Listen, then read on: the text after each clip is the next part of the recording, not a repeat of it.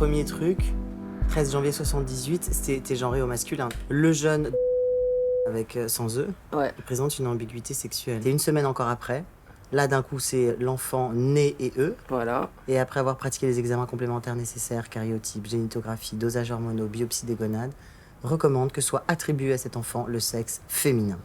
En majuscule. Et moi après je me démerde avec ça toute ma life. Tu vois, et la présence de 2 gonades d'aspect testiculaire, j'avais 2 testicules internes quoi. Juste parce que ça les faisait chier le côté micro-pénis et un vagin, donc t'es là, ah il y a un vagin, ah bah ok, c'est une meuf quoi. En fait c'est le vagin qui perturbe le corps médical quoi.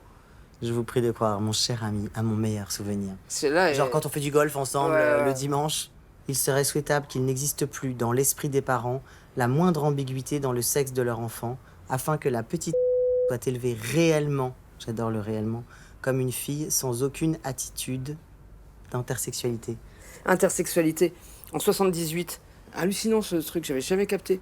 Seule fois en fait qu'ils utilisent, ou peut-être là dans les premières années. Ils connaissent très bien le mot. Voilà. Et après, la réfection des organes génitaux externes avec enfouissement clitoridien et la castration vers l'âge de 2 ans et demi, 3 ans.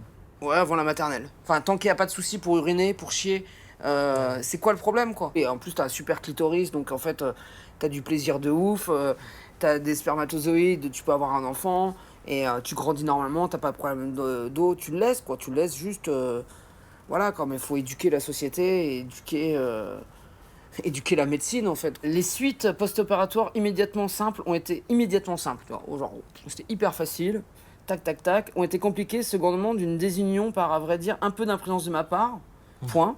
En effet, j'avais laissé cet enfant libre dans toutes ses activités et évidemment, mes sutures n'ont pas résisté aux parties de tricycle qu'elle s'est crue largement autorisée à pratiquer, quoi. Non mais à 4 ans, quoi. Mais lui, on peut aller lui péter les jambes ou pas? Et bah lui, il a une médaille pour la pratique chirurgicale, alors que... donc, on coupera quand même les noms, j'ai pas envie de, tu vois, lui, enfin Moi j'ai envie de couper autre chose que le nom, mais bon, ils sont fous. Et là, tu vois, à noter que j'ai testé la profondeur de ce vagin par bougirage qui m'a amené à effondrer une petite synéchie, ça veut dire qu'ils ont forcé, quoi, tu vois. Mais là, le calibre vaginal est tout à fait satisfaisant. Une bougie de dilatation de Égard numéro 10. Mais c'est à 3 ans et demi, en fait, quoi, tu vois. Et que ça, en fait, je crois que c'est vraiment des choses que je veux pas accepter. Après, ils ont demandé à mes parents, quoi, tu vois, de mettre des godes tous les jours, quoi, tu vois. Ma mère, elle a dit non, mais je peux pas faire ça à mon enfant, quoi. Vous le faites, quoi, voilà. Si c'est pour son bien-être, vous le faites, quoi.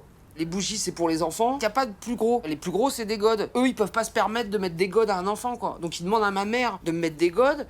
Mais ma mère, elle est là, mais en fait, vous allez me fournir fournir le matériel. Ils disent, ah bah non, faut aller au sex shop, quoi. Donc, ma mère, elle a été dans un sex shop, alors qu'elle vient, voilà. Enfin, ils sont puritains, ils ont un truc, ils vont dans un sex shop pour demander des godes, pour me mettre des godes. Et ma mère, elle était toute rouge, elle m'en a parlé, mais je sais pas combien de fois, cette histoire. Et en fait, elle a pas pu. Donc en fait, après moi j'étais là, ok, je le fais, quoi. Et je le fais à 10 ans, à 11 ans, donc je me mettais des godes, quoi, voilà, quoi. Et après, on me dit, ouais, à 15 ans, dans le rapport de l'hôpital Necker, ah, cet enfant est perverse. Cet enfant pense qu'au cul. Mais lui, c'est le pire. Lui, tu vois, Maître Capello, là, le vieux, là, dans la vieille émission, là, sur France 3. Ah oui. Bah, c'est lui, mais tout sointant, là, rougeau, tu sais, qui était là, mais qui était pas du tout... tu vois, c'était vraiment plus le côté smart, tu vois, et lui, il nous l'a bien fait à l'envers, il avait toujours le sourire, il était bronzé, le golf et tout, et c'est lui qui est le plus immonde. Tu sais, c'est sur les lisos d'hosto, quoi, tu vois, à chaque fois. Donc, j'attendais des fois dans le hall, tu vois, où t'as des gens qui passaient à côté de toi, t'étais à Walp, avec ta chemise en papier, tu sais, sur le lit, comme ça, t'as 5 ans, 4 ans, 6 ans, 7 ans, 8 ans, t'as tout le monde qui est là, bonjour, j'attends, voilà, quoi, me faire mettre des doigts, quoi. C'est ouf. Tu vois, la dilatation est guidée par un toucher rectal concomitant qui permet de parfaitement sentir le trajet de la bougie. Donc un doigt dans le cul, voilà, au passage, sympa. Lors de sa progression, et ce au travers de la cloison intervagino-rectale. Il s'éclate en fait. Enfin, ça devient louche, quoi, tu vois ce que je veux Non, mais dire, non, mais c'est malsain, des mecs, c'est quand même, c'est atroce, atroce. Des gros gars qui te... C'est du viol, c'est du viol, ouais, c'est c'est du viol, c'est du viol, mais du viol répété, Où ils se mettent tous d'accord. Ouais, c'est-à-dire consenti entre eux. Tu vois, le diagnostic d'insensibilité complète que j'avais évoqué Clément n'a donc pas été confirmé. Alors t'es là, bah on a fait de la... Depuis la naissance, on te dit que t'as ça, puis en fait, ah bah non. Ça, c'est quelque chose qui me fait du mal.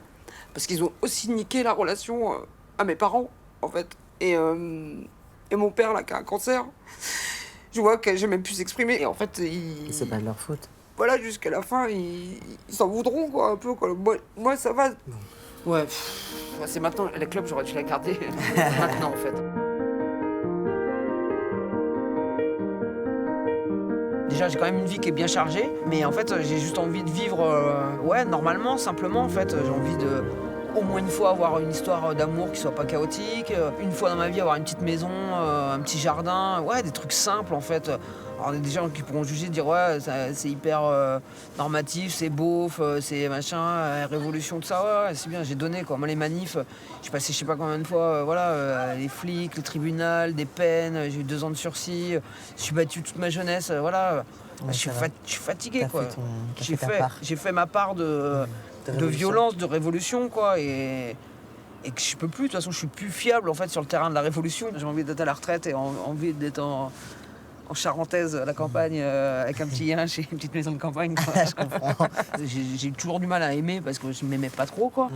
Et en fait, j'ai envie de m'aimer, aimer mon corps, aimer mon histoire. T'as beau être différent, des fois tu juges la différence, quoi. T'es là, ouais, il me comprend pas, l'autre c'est un connard. Toi, tu comprends rien, t'es teubé, tu vois. Lui, c'est un beauf. Et en fait, ça me saoule, quoi. Ça fatigue. Ça fatigue d'être toujours dans un espèce de rapport comme ça, de force. Et ouais, j'ai envie, sans vivre dans Bisounours-land ou Choupiland, mais en fait, si, quand même, quoi. En fait, au fond, quoi. Enfin, j'ai envie de ça, quoi. Ouais, j'ai envie d'une belle histoire à la fin, quoi, en fait, quoi. J'ai pas envie que le Covid il me fasse ça là demain, ça me ferait trop chier, quoi. Je me dis merde, C'est clair. En même temps, t'as survécu à tellement de choses que ouais, je pense que... Normalement, ça peut pas s'arrêter comme ça. Non, tout ça, c'était mieux. Oui, mais c'est beau ce que tu dis. C'est fort. Et je comprends.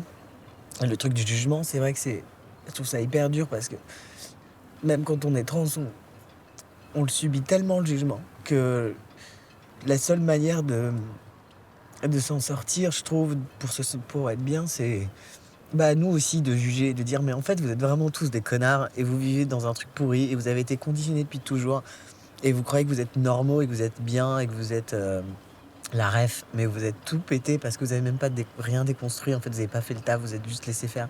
Et en même temps, c'est une charge énorme de tout le temps être dans ce rejet-là parce que ouais, il y a des cons partout et il y a des gens super aussi partout. Et oui, chacun fait comme il peut. Mais alors, en effet, c'est pas pour être devenir bisounours, il faut continuer la lutte de ouf, tu vois, genre.